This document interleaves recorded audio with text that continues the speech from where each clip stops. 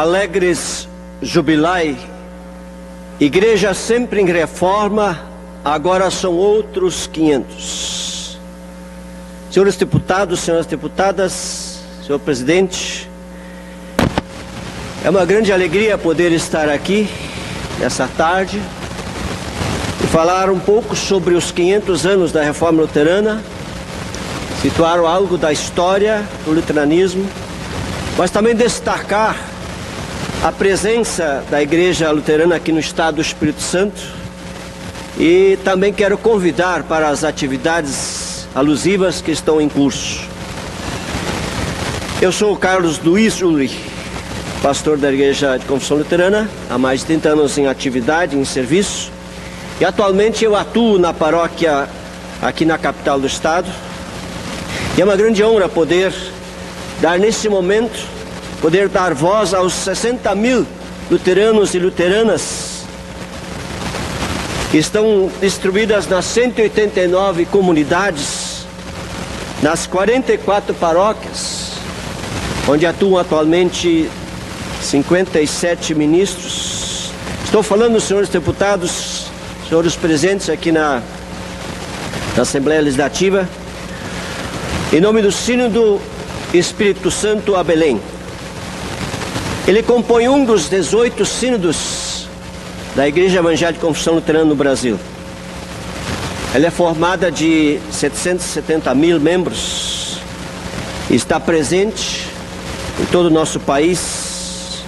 Ela, junto com as igrejas luteranas do mundo inteiro, neste ano estamos celebrando um momento muito especial, único, eu diria, o jubileu dos 500 anos da Reforma Luterana. Alegres jubilai, igreja sempre em reforma, agora são outros 500. Sim, senhores deputados, senhoras deputadas, senhor presidente, a história da Igreja Evangélica de Confissão Luterana no Brasil remonta aos imigrantes europeus que vieram ao Brasil com a chegada da primeira leva ao solo brasileiro em 1824. Solo capixaba a partir de 1846, 59 e seguintes. Nós somos uma igreja do protestantismo de imigração, uma igreja de comunidades, com fortes traços culturais que se mostram na forma de ser, de uma igreja engajada com a vida das pessoas e das comunidades em seus contextos. A Igreja Luterana ela é marcada por sua teologia comprometida com a liberdade cristã e se mostra na responsabilidade com a educação, a responsabilidade social inclusive. A Igreja Evangélica de Confissão Luterana é formada desde o início, ela está imbuída na formação diaconal, no serviço em favor dos mais fracos e sofridos, dos doentes. Além da formação religiosa, senhores deputados, senhoras deputadas, senhores presentes, a formação básica sempre foi preocupação da Igreja Luterana. Por isso, já nos primeiros anos da formação das comunidades, já havia na mesma escola, no mesmo espaço, a escola domingo ao culto, às vezes o pastor era também professor e vice-versa. Na Série Pelada Afonso Cláudio nós temos uma escola de formação diaconal chamada Associação Diacônica Luterana, foi criada há 61 anos. E ela busca a formação ética e profissional dos cidadãos por meio da educação libertadora, humanista, que leva o jovem a enfrentar os desafios que lhes são colocados pela sociedade. Outra iniciativa importante, essa sim aqui na capital, é a Associação Albergue Martim Lutero. Fica localizado no bairro Tapoazeiro. Esse trabalho começou oficialmente em 1984, mas já tinha trabalho antes. Nesse albergue, lá no albergue, são semanalmente abrigados cerca de 70 a 80 pessoas, pacientes, com os seus familiares, pessoas que vêm do interior fazer tratamento aqui. São na grande maioria pessoas provindas do interior, pessoas humildes, pessoas pobres, que não têm onde ficar. No albergue, os pacientes recebem gratuitamente hospedagem, 4 refeições por dia, e ainda contam com agendamento de consultas e procedimentos, além do acompanhamento pastoral e psicológico. Todo esse trabalho é mantido pela igreja, também com apoio de diversas prefeituras do interior e do estado. E lá no interior norte do estado funciona outra instituição importante, que é a Associação Central de Saúde Alternativa. Ela está voltada para a recuperação da sabedoria popular e a formação nas comunidades. E ela atua justamente naquele assunto que eu estava falando, da prevenção, das doenças. Tem hortas comunitárias, hortas com plantas medicinais, produz tintas e xaropes. A sede é em São Gabriel da Palha e as diversas comunidades e municípios do norte, na região norte, estão envolvidos. No âmbito ecumênico, eu gostaria de destacar que a ECLB, a Igreja Evangélica Confissão Luterana, aqui no Espírito Santo, é também uma das instituidoras da Associação Evangélica Beneficente Espirituantense, a AEBS. Ela foi fundada há 60 anos, em 1956. Ela é mantenedora do Hospital Evangélico de Vila Velha. E atualmente também administra o Jaime Neves e a Maternidade de Cariacica. A Igreja Evangélica também é parceira do programa Salve Sua Pele, que iniciou em 2002. O principal objetivo é o rastreamento do câncer de pele na população urbana. Ela tem atuado mensalmente, no primeiro sábado, com equipe médica, enfermeiros, acadêmicos, equipe de apoio, e atende normalmente até 180, 200 pessoas, tratamentos ambulatoriais, e mesmo quando for o caso, o Hospital Santa Casa e Misericórdia está aí. Também ali existe a participação diacônica da Igreja Luterana junto com a Igreja Católica, a IPU. A Igreja Evangélica Confissão Luterana no Espírito Santo também integra o CONIC, Conselho de Igrejas Cristãs, onde eu mesmo sou representante da SLB. Ela tem participação junto ao CEBI e também tem parcerias com as igrejas na Alemanha e mesmo nos Estados Unidos. Então, no lado ecumênico, também a nossa igreja é muito presente. Não que eu gostaria de deixar de falar também do lado cultural da Igreja Evangélica Luterana. Ela tem fomentado a música, um destaque é o grupo de trombonistas na obra Acordai, o canto coral, danças folclóricas alemãs inclusive. Também não posso esquecer aqui as comidas típicas, destacando aí a festa da colheita, a fabricação do famoso brote, quem não conhece o brote. Outro traço importante, fundamental, é a língua pomerana. Ela é cultivada nas famílias, na igreja, nas escolas, em muitos municípios ainda. Pesquisas mostram que é no Brasil, no estado do Espírito Santo, que a língua pomerana é mais falada no mundo. A formação de professores e professoras que valorizam a cultura das comunidades tradicionais. Entre essas, a pomerana é muito importante, é fundamental. Esse trabalho também é fomentado e apoiado pela Universidade Federal do Espírito Santo. Então, a respeito dessa trajetória da imigração, trago aqui já o livro conhecido do pastor e professor pesquisador Elmar Rölke, Raízes da Imigração Alemã. Tem detalhadas informações sobre essa trajetória, em grande parte os pomeranos que compõem também a ISLB. As bases confessionais da Igreja Evangélica de Confissão Luterana, elas remontam ao ano de 1517, que marca o início da reforma do dia 31 de outubro, quando foram fixadas 95 teses de Martim Lutero na porta da igreja do castelo de Wittenberg. A Igreja Luterana encontra-se, sim, senhores deputados e deputadas, em meio a um grande movimento de transformação no século XVI, marcada pelo humanismo, o renascentismo. Naquele momento histórico havia uma grande efervescência buscando mudanças na sociedade. Não podemos esquecer que o momento da reforma marca o início da Idade Moderna. E as primeiras tarefas foi a tradução da Bíblia para o povo, para a língua do povo.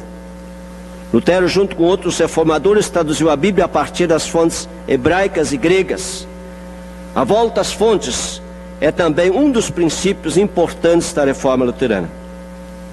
Lutero resgata o ensino bíblico na centralidade do Cristo como único fundamento da nossa fé e da nossa salvação. Solus Christus, em latim.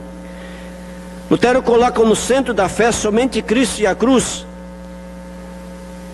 Tira do ser humano todo o poder e a pretensão de fazer a salvação ou comprar a salvação, seja através de obras meritórias. Isso implica um rechaço às indulgências e ao comércio da fé. Lutero voltou-se contra esta prática, fez isto fundamentado na centralidade de Cristo, Jesus Cristo. A salvação, portanto, é iniciativa gratuita de Deus realizada por meio de Cristo. Nossas obras, sim, boas obras, são resposta ao amor de Deus, pois a salvação nos foi dada de graça. Outro ponto importante da reforma é a recuperação da cidadania. Cada pessoa cristã também é um cidadão, uma cidadã. Isto é, uma pessoa responsável pela comunidade, pela cidade, pelo país, enfim, pela terra. Martim Lutero, em meio aos seus estudos da Bíblia, o conhecimento do mundo do seu tempo, ele teria afirmado: o alvo da ética é a terra. Não mais é preciso olhar para o céu, mas sim para a terra, para o mar, e fazer deles lugares melhores para se viver. Não só com amor, mas com responsabilidade ética. E é nesse contexto teriam perguntado a ele o seguinte: se o mundo acabasse amanhã, o que faria? E ele deu a seguinte resposta: primeiro, eu pagaria as minhas dívidas. Segundo, eu plantaria uma macieira. Isso é compromisso de amor, de responsabilidade ética e também de esperança. O mundo, que é boa criação de Deus, merece ser cuidado.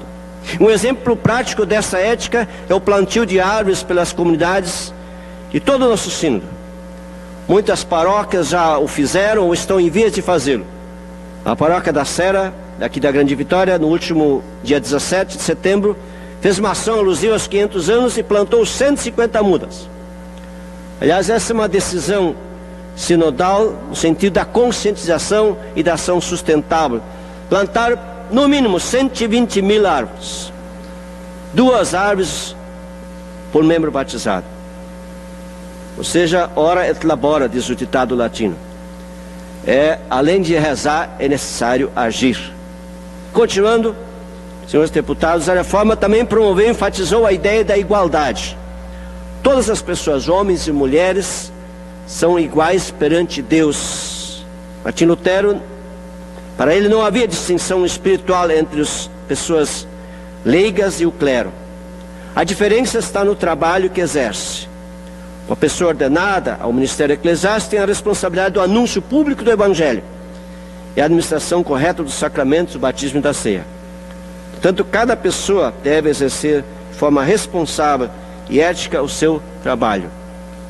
No sentido ecumênico, aí vem algo muito importante, esse aspecto da promoção da paz e da justiça, no sentido reino. Essa é a vocação primeira das igrejas cristãs. Não podemos concordar com as mortes e violências que estão presentes no nosso cotidiano. É necessário, como também vimos na oradora anterior, nós juntar nossas forças com todas as instituições civis e públicas contra essas formas e todas as formas de violência. A reforma luterana também promove a liberdade. Para a liberdade foi Cristo nos libertou. Isso é muito importante. Como pessoas livres, nós não somos escravos, mas pessoas livres podemos buscar caminhos que conduzem para a vida livre e responsável. Importante ainda lembrar que Martim Lutero e muitos reformadores também casaram, mostrando também que pode se servir a Deus através do matrimônio. Martim Lutero casou-se com Catarina Fombora e o casal teve filhos e filhas.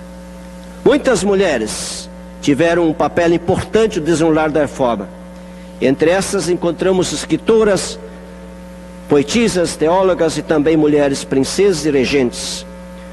Portanto, não houve somente homens reformadores, mas também mulheres reformadoras que assumiram e levaram adiante o movimento da reforma, o movimento protestante.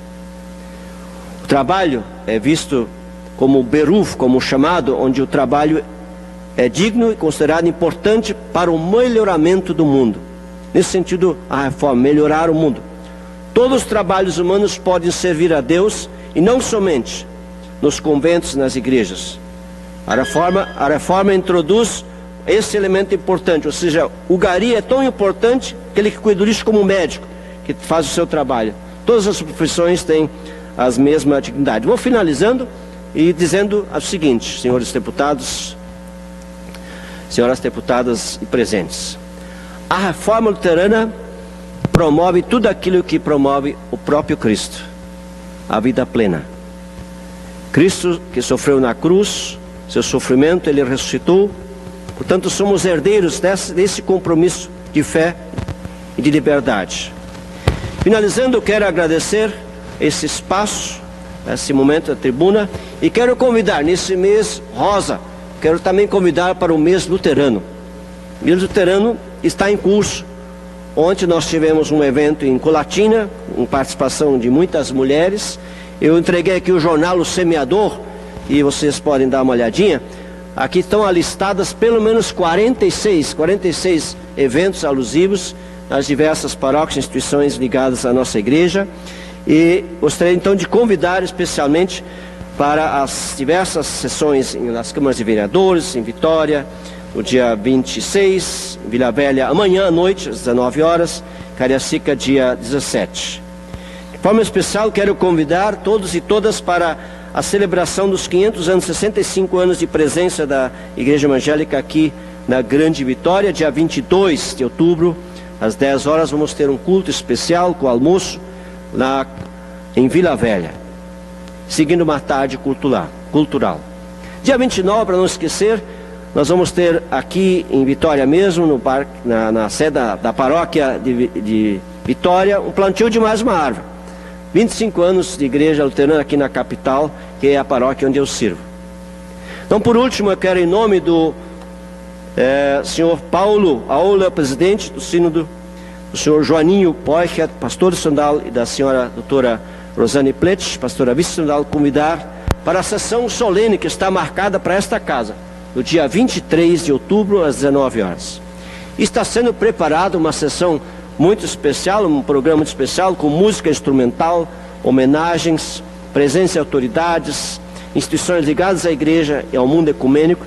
Também está previsto o lançamento de um livro que chama-se Mulheres no Momento da Reforma. Uma das autoras é a professora doutora Claudete Beise Ulrich. Senhores deputados, senhor presidente, será uma grande honra e alegria poder contar com a sua presença nessa noite e nós possamos compartilhar muito mais. Eu repito, termino dizendo: alegres jubilai, igreja sempre em reforma, agora são outros 500. Celebrar 500 anos de reforma luterana é um chamado para a vivência do humanismo, do respeito ao outro, da responsabilidade ética, do respeito a toda a criação. A vida humana não está à venda, a salvação não está à venda, a natureza não está à venda. Esta é a responsabilidade ética que a reforma luterana anuncia no tempo presente. Muito obrigado, fique com Deus, o Deus que salva de graça a todos, as bênçãos dos céus. Obrigado. Senhor Carlos, em nome do Padre Honório, quero agradecer a presença do senhor, dizer que é um prazer muito grande o senhor mostrar esse trabalho tão importante do terceiro setor que a Igreja Luterana tem feito.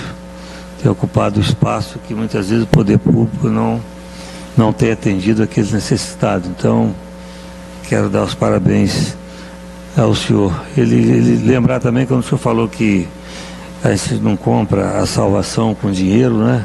Ou o céu com dinheiro, eu não posso deixar de registrar aqui que no último congresso, 5º Congresso Médico Brasileiro de Judiciação da Saúde, eu fui um dos palestrantes e lá falei sobre ética.